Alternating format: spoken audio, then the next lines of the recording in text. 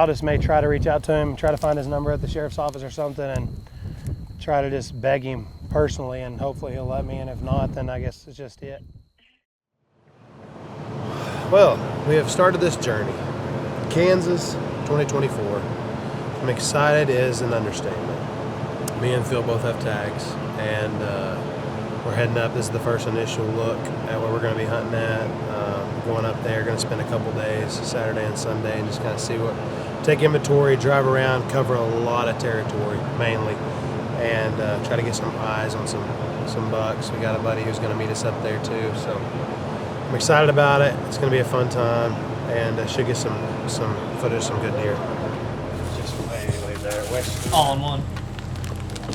That jerky. Oh no, don't worry about that, dude. I'll put it back. It's on you. Oh my goodness. Yeah, it is. Yeah, this stuff is. Yeah, dude. We was gonna get jerky for the road. Dude, I did too. We said no. There's gotta be a mistake. We went up here and I just grabbed some jerky, you know, so hey, let's get some jerky dog. We're sitting there glassing, and Phil goes, holy, we just bought something for $38. And it was this little deal of jerky. Where's your receipt for that?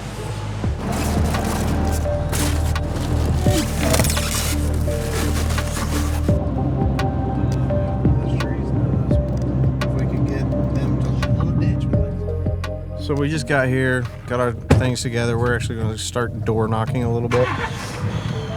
Just checking out this, like, I guess they call it Weehaw property in Kansas. So just going to go driving around trying to find some deer. All these squares are Weehaw.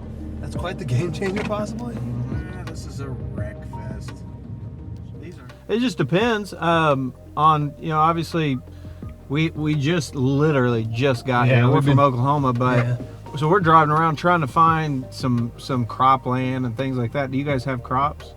Yeah. We drew early season muzzleloader tags. So the only time we get a hunt is from September 16th through the 29th, and then we have to wait until rifle season, which is in December, I believe. So they've got 200 some acres of milo, he said, this year. 230. We'll find it. Here, I'll find the. I mean, they own a ton of ground, dude. Oh my goodness. Anyways, we just stopped by the first person that we've been here literally 10 minutes max, and there was a farmer out with his grandson. We stopped by there and Phil right on the window and talked to him, and they pretty much gave us permission. They wanted yeah, I'm pretty sure they got it. They wanted to talk it over a little bit and said for us to message them later. So that's a good sign. They own a lot of land right here, a lot. So we found a place that I, like, literally on the way out here, I sent Trevor an address. I was like, this is who owns this property. And we pull up to it, and just strangely enough, they're outside. The owners on the edge of part of their property. And so we just pull up next to them and start talking to them for a minute. Super nice people. And they own they own a bunch of property, but they have about 300 acres of this milo stuff. And so we're going to set up and glass on it, and it looks pretty promising as far as them letting us hunt. So I want to try to find a deer.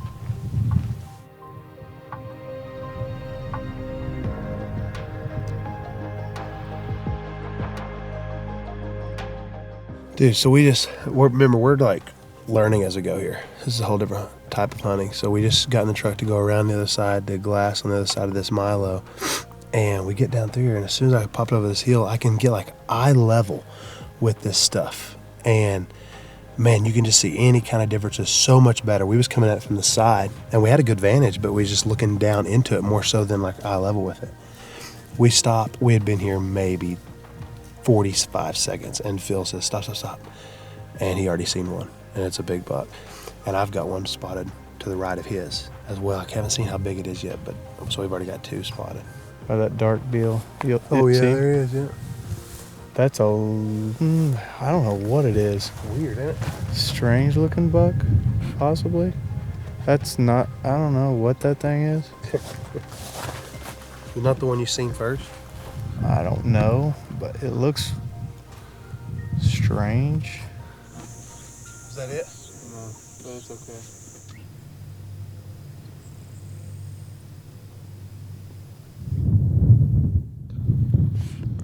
So we just got here to some walk-in.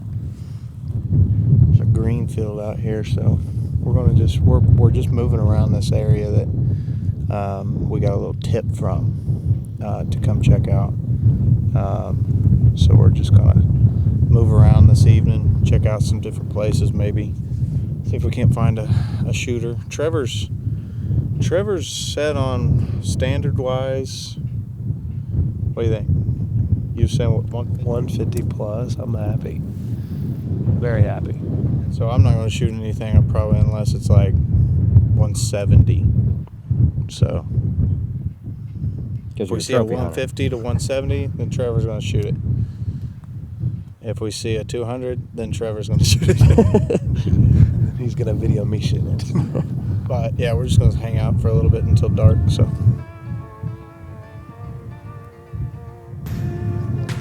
That's the one Caleb seen last night. Anyways, we just been sitting here about If he had 3 a hours, G4, and the one we think it's the one that he seen last night. Just walked out with another good deer. So there's 2 of them, and we was sitting here for this deer for Phil because he's looking for a booner, but we think it's probably one that I'll go after. You make me sound like a terrible person. Yeah. But Phil's a trophy hunter, so. Oh, you're a trophy hunter too. That's a trophy. Yeah, I know.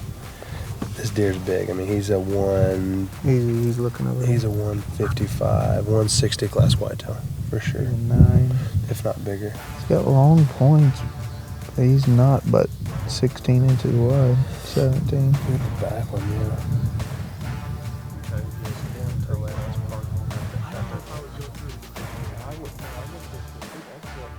That deer's 170. We're sitting here watching. Look at it. He's got crowns.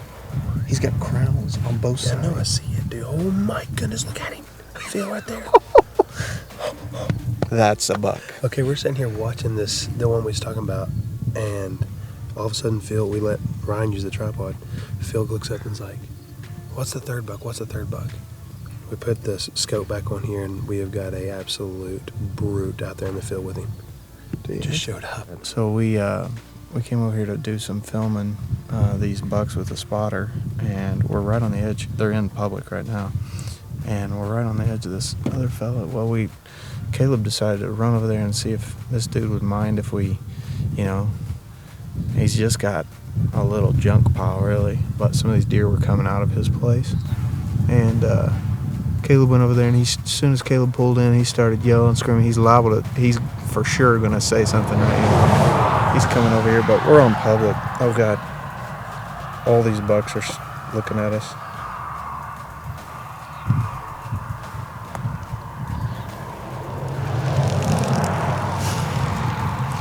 But we actually found 2 deer.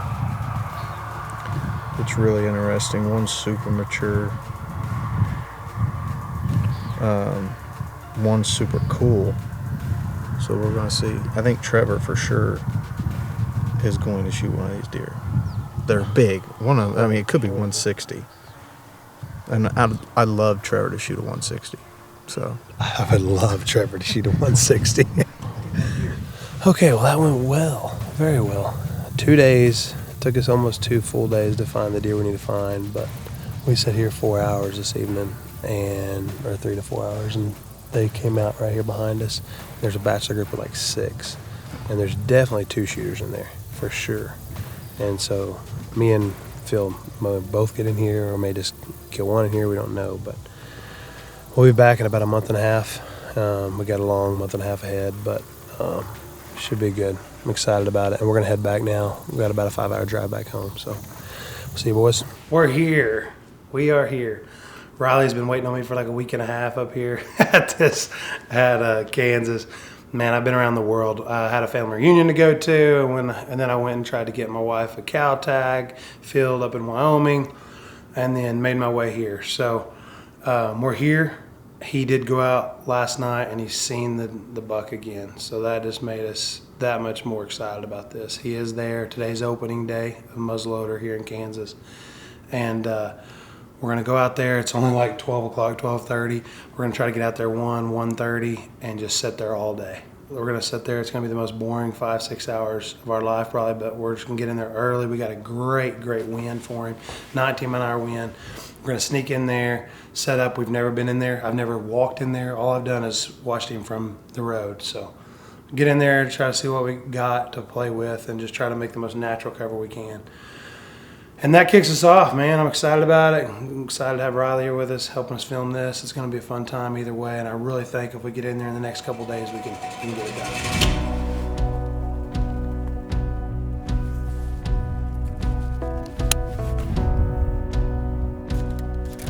Okay, well, this is weird for us, kind of. Muzzleloader isn't something we're doing every day, but me and Phil both wanted to draw it for this tag. Just these early season whitetail up here in Kansas excite us. So right behind me here is what that field is. You've seen us earlier about a month and a half ago where we found that deer. And we're gonna come down and hit this creek side and just walk up. We got a perfect wind.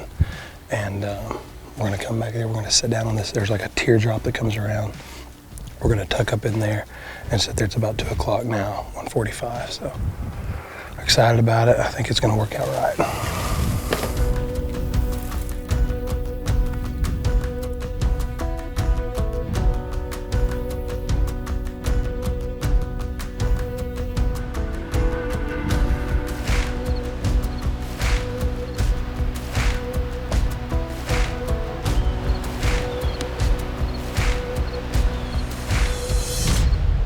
This is probably the last interview we're gonna do till dark. It's 6:30.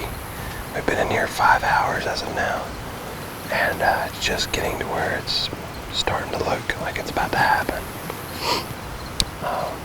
That deer's, we think he's bedding right in front of us. There's private land right there on the edge of this field. It's really thick in there, and he's just working his way out of here every evening. So we're hoping he just works his way out here. All he has to do, I have a 170-yard shot across this field. We're tucked in here and ready for it to happen. Now he just needs to show up. We're gonna give it about till 8 o'clock and then just sneak out of here, but I hope it happens.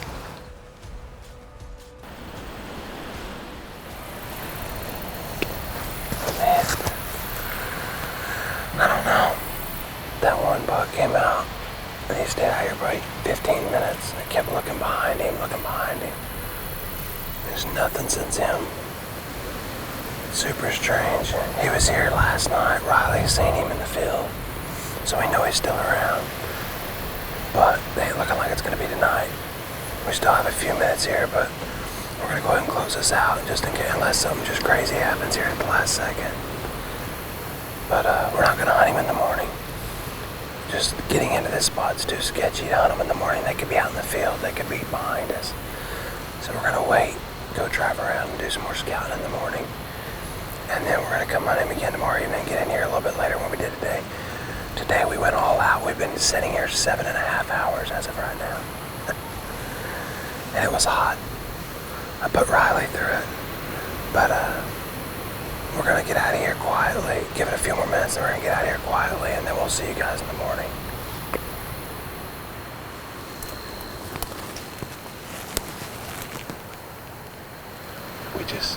We just stood up, and one of the big ones is sitting out here at 150 yards. We can't get him on camera. I can see easily through that scope, and it's still legal, but it's too far out with the camera. You better be glad we love y'all.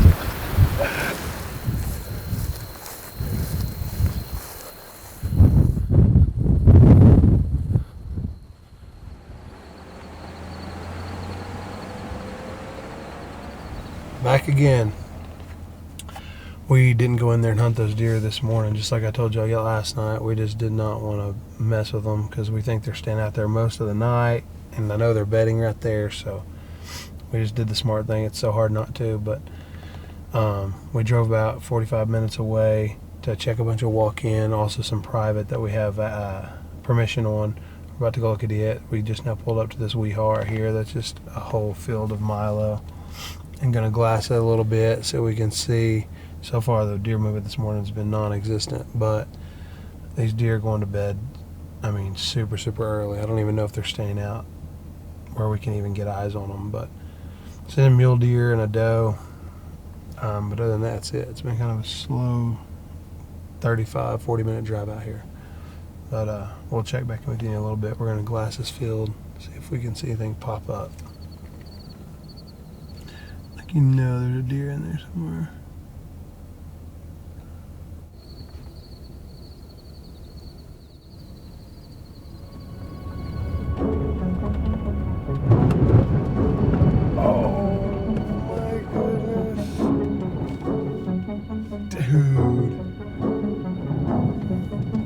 Yeah, we're where we shouldn't, but we're not supposed to be.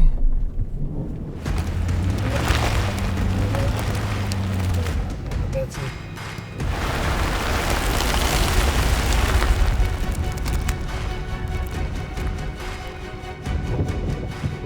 Oh my goodness, we just got so lucky. Did you? Well, never mind. Dude, this is insane.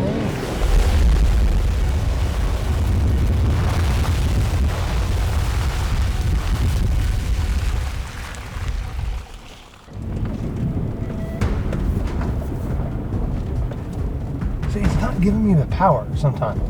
Like, if I keep my power, go, just go. Okay.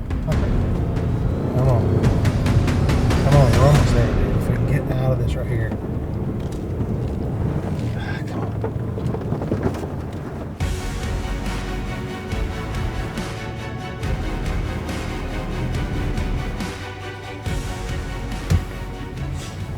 What in the world, dude? How are we getting out of this stuff is what I want to know. This is it, y'all. Okay. Let's oh, wait, well, I'm not talking yet. Wait till we get out of this thing. We got one more spot. One more spot.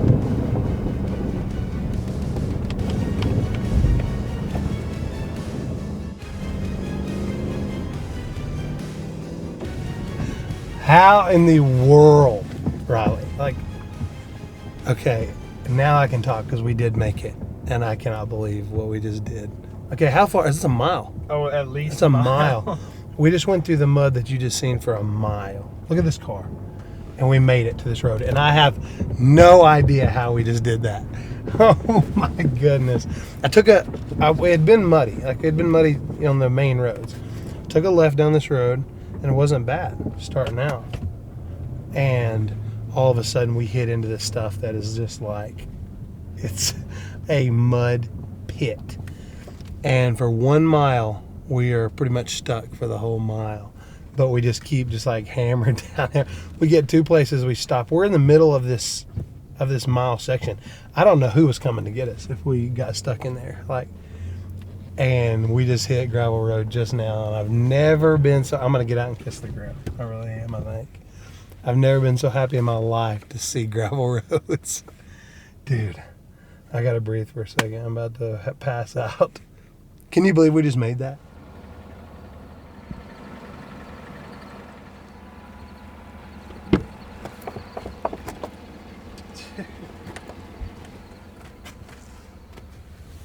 Oh my word.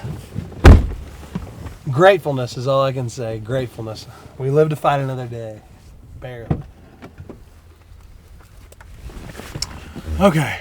Well, here we are, kind of having to do the interview in here inside the vehicle because it is windy tonight. I'm talking, it was windy last night. It's more windy today than it was then. So it's about 4 o'clock today. Actually, about 3:30. We're gonna get in there about 4. And yesterday we got in about 1. So saving us a few hours here because it's easy access, a lot more easy than I thought it was gonna be. So we're gonna get in there, sit down for about 3 or 4 hours. Probably nothing's gonna happen until 20 minutes before dark anyway. So. It's looking good. Our fingers are crossed. We're going to shoot either that buck that you seen last night that he got on film, or the bigger one. Either one's on our hit list tonight. We want that big tall buck. We call him No Name because he didn't have a name, but we want No Name. But I'm totally fine with the one with the crazy left side that you've seen on camera. He's a really good deer. So we're going in there, set up on him, see what happens. Excited about it. Both of us think it's going to happen.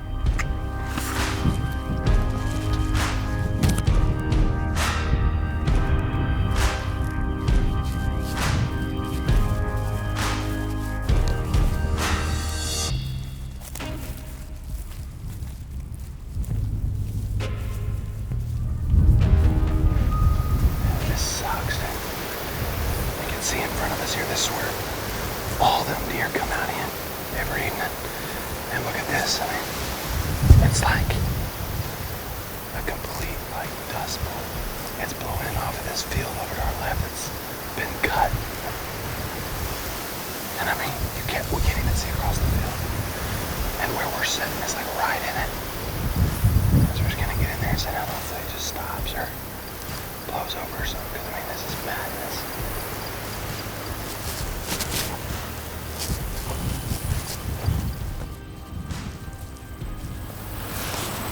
We changed our setup a little bit. We moved down the field about 20 yards from where we were and got around this corner and also got a little bit more brushed in because now we know a little bit more where they're coming out exactly. And man, if they do what they did yesterday, it's about a 150-yard shot dead center right in front of me, so it's looking good. This wind's kind of starting to push that dust out of here now, which is good because man, when we first got in here, we couldn't even see across the field. So now it's just a waiting game, sit here and see if they show up a little bit earlier tonight. I hope they come out a little earlier than what they did. It's still legal light, we're still good where they come out last night, but it's still a little dark for camera lighting. But we're gonna let one fly tonight if they do what they did last night. So here we go.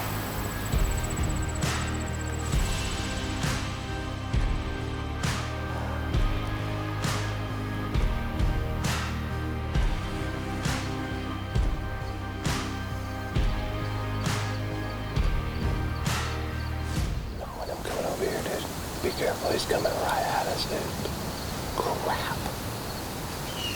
This is bad. We got this 135-inch buck coming straight at us. He's a good deer, but he's just not one of the two we're after. I mean, I'm afraid he's gonna come and just bust us. No, he's walking right towards us. He's only about 85 yards right now. 90 yards right now.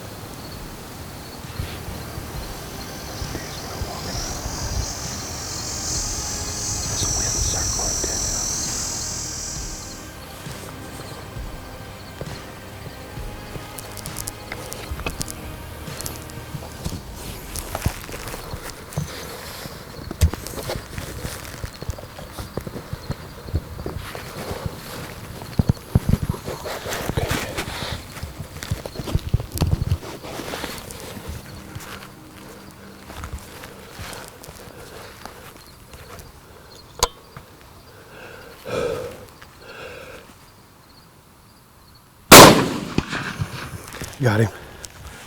Got him. He's about to go down right there. He's about to go down right there. Come on. Come on. He's down right there. Look to the left of that. Oh my gosh, dude. Let's go, dude. You seen it, right? Dude, yeah, he whacked him. He's dead right there. Oh my goodness, dude.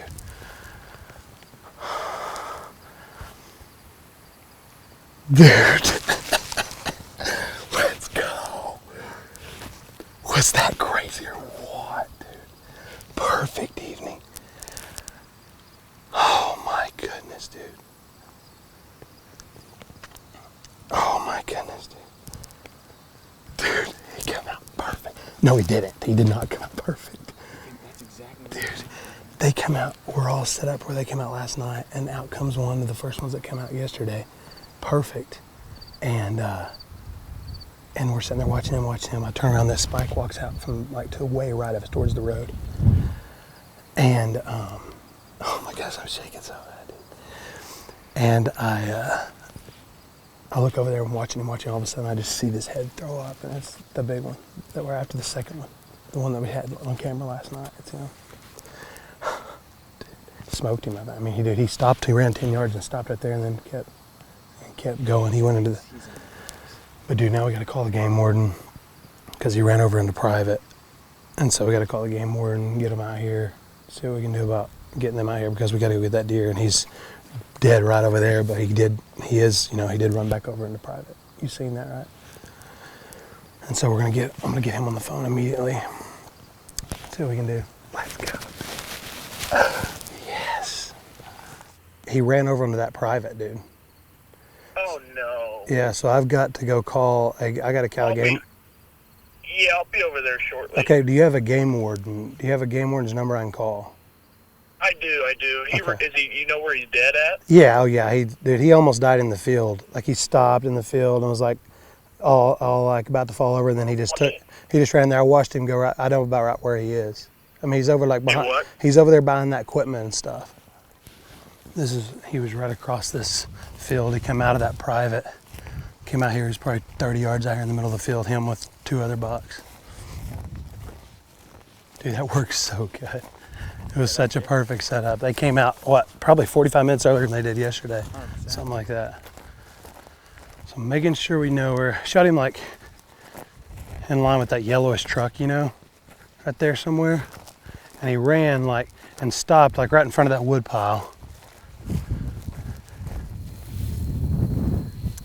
All right, well, so we're here, right where we shot him. We found his tracks going in, right where he stopped for a minute, where I thought he was gonna go down at.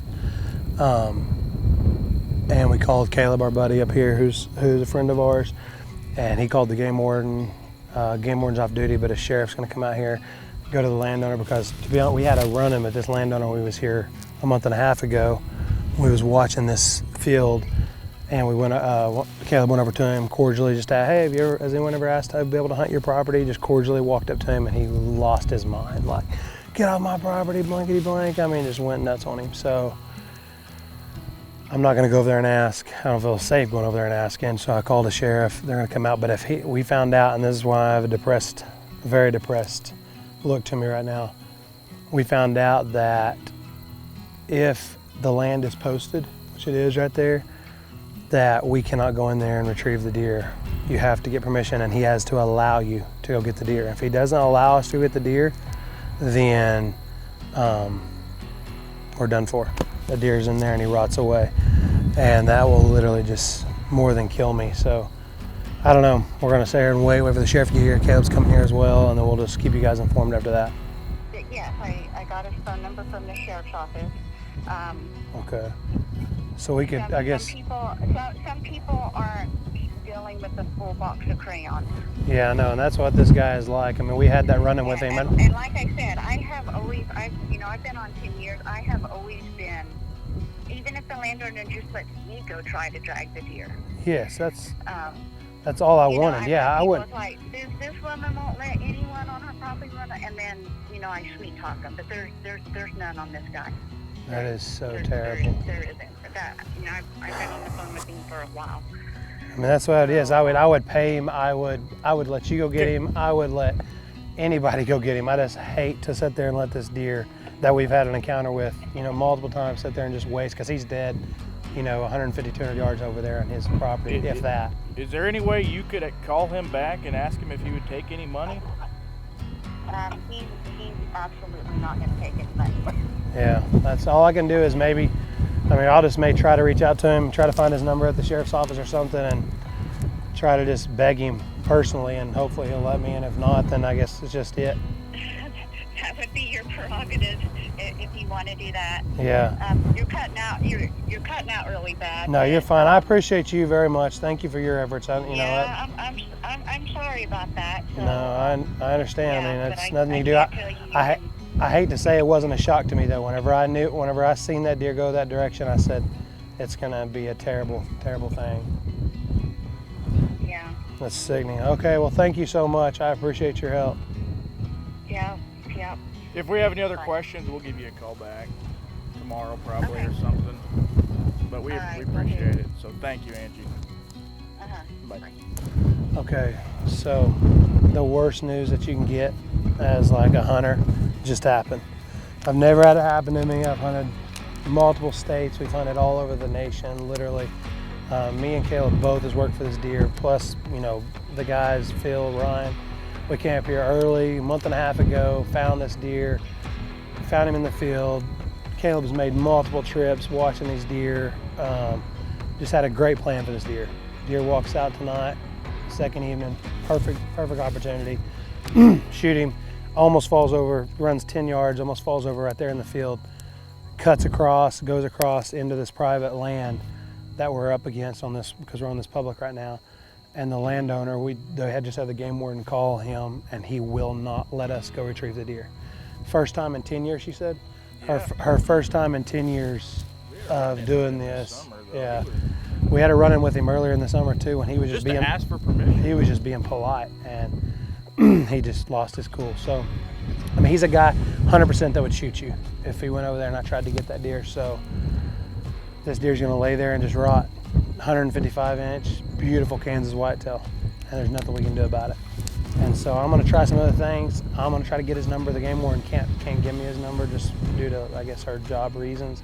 But I'm gonna try to find his number and beg him, and maybe even offer some money if he would let us go there and get it, whatever I can do, because this is just a terrible, terrible look. It just tells you that there's people out there like that is not gonna care. So I'm depressed. Riley's been here with me through the whole thing. We had a great plan, everything worked to a T, and this is where we ended up. So we'll let you know if anything changes, but as of now, that's it for now.